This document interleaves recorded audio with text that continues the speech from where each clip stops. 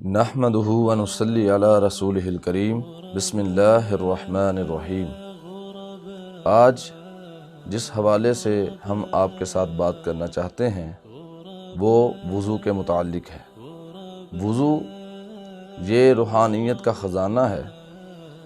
دنیاوی زندگی کے اندر ہر طرح کی آسانی اور ہر طرح کی خیر حاصل کرنے کے لیے بہترین اور آسان طریقہ وہ یہ ہے کہ ہم ہر وقت حالت وضو میں رہیں، اور باوضو رہنے سے جہاں دنیاوی زندگی کے اندر رونقیں دوبالا ہو جاتی ہیں، وہاں پر اخروی زندگی کے اندر بھی اللہ تعالی انسان کو اعلیٰ درجات عطا فرما دیتے ہیں۔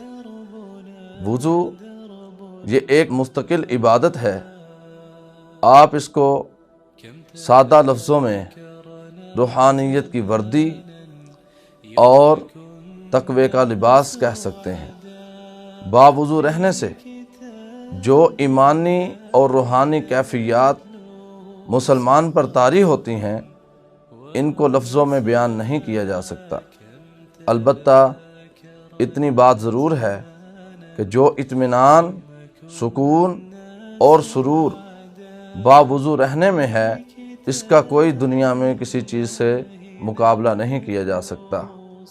باوضو رہنا یہ ہر طرح کی نیکی کو اس کی معراج پر پہنچا دیتا ہے۔ اللہ اکبر۔ اور اسی طرح جہاں اس کی ہر نیکی اپنی معراج کو پہنچ جاتی ہے، وہاں انسان شیطانی وسوسات سے بچ کر مکمل طور پر ملکوتی حصار میں چلا جاتا ہے۔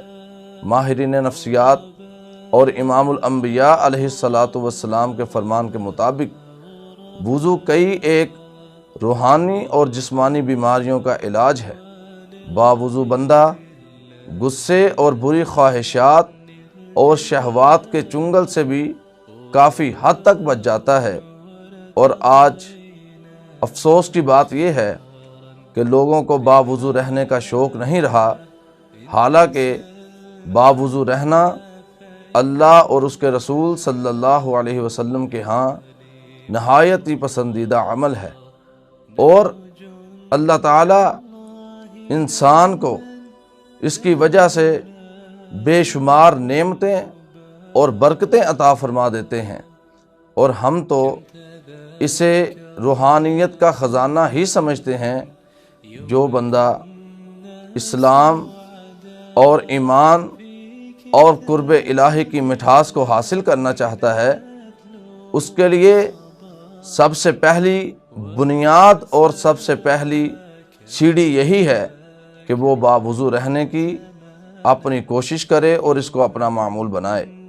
جب بھی وہ قضاء حاجت سے فارغ ہو تو مسنون طریقے سے وضو کرے۔ اس سلسلے میں رسول اللہ صلی اللہ علیہ وسلم کی ایک حدیث آپ کے سامنے بیان کرنا چاہتا ہوں، اور اس کے لیے سب سے پہلے بات ذہن میں رکھیں کہ وضو کرنے کے لیے یا کوئی بھی نیک عمل کرنے کے لیے نیت کا ہونا ضروری ہے، اور نیت یہ صرف دل کے ارادے کا نام ہے، زبان سے کسی قسم کے الفاظ کی ادائیگی کا نام نہیں۔ بسم اللہ پڑھ کر آپ وضو شروع کریں۔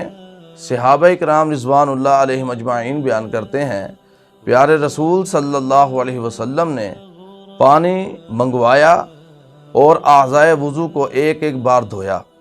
دھونے کے بعد پیارے پیغمبر علیہ السلام نے فرمایا، یہ وہ وضو ہے جس کے بغیر اللہ تعالی نماز کو قبول ہی نہیں فرماتے۔ پھر پانی منگوایا اور پھر اعضائے وضو کو دو دفعہ دھویا، اور فرمایا کہ جو اس طرح کا وضو کرے گا اس کے لیے دوہرا اجر ہے۔ پھر پانی منگوایا، اعضائے وضو کو تین دفعہ دھویا، اور فرمایا کہ یہ تمہارے نبی کا وضو ہے، اور تم سے پہلے جتنے انبیاء گزر چکے ہیں یہ ان کا وضو ہے۔ یا فرمایا وضوئی یہ میرا وضو ہے، وضوء الانبیاء قبلی یا ان انبیاء کا وضو ہے جو مجھ سے پہلے گزر چکے ہیں۔ تو میرے محترم پیارے بھائیوں، یعنی اعضائے وضو کو 3 مرتبہ دھونا حضرت آدم علیہ السلام سے لے کر یہ امام الانبیاء صلی اللہ علیہ وسلم تک کے تمام انبیاء کا طریقہ اور سنت ہے۔ آپ اپنے ہاتھوں کو 3 دفعہ دھوئیں، 3 دفعہ کلی کریں، 3 دفعہ ناک میں پانی ڈالیں، 3 دفعہ اپنا چہرہ دھوئیں اور 3 دفعہ اپنے بازو دھوئیں اور سر کا مسح کریں، پھر 3 دفعہ اپنے پاؤں دھوئیں، اور بعض روایات کے اندر سر کا مسح بھی 3 دفعہ کرنا چاہیے۔